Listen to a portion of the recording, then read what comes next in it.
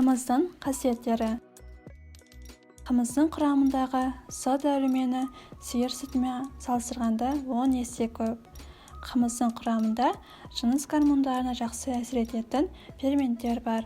Бұл әйелдерді бедеуліктен, ерлерді белсіздіктен қорғайды, қуаттандырады.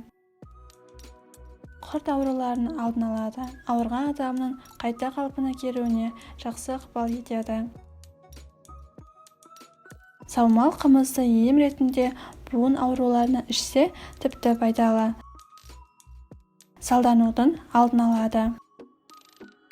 Жаңа босанған келіншектің сүтін молайтып, нәрлі етеді. Демек, емізулі балаға да пайдасы орасан. Ашыған қымыз шөлді басып, қан тамырды, қордаланған зиянды қалдықтардан тазартады. Іш қатудың алдын алады. Ашығудан кейін қымыз ішу буын ауруларына өте пайдалы.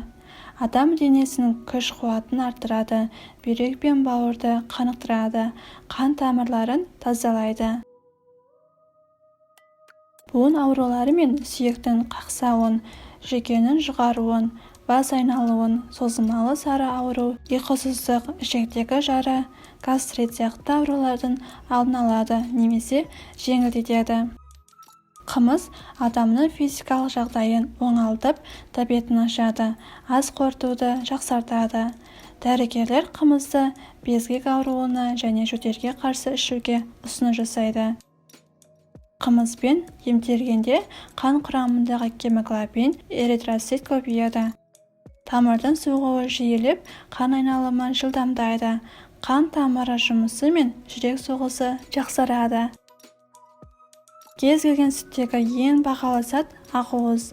Бие сүтінде ол 1,8 және 2% болады. Қымызда шамамен 1,3 және 2% май бар. Бұл сиыр сүтіндегіден 2 есе кем.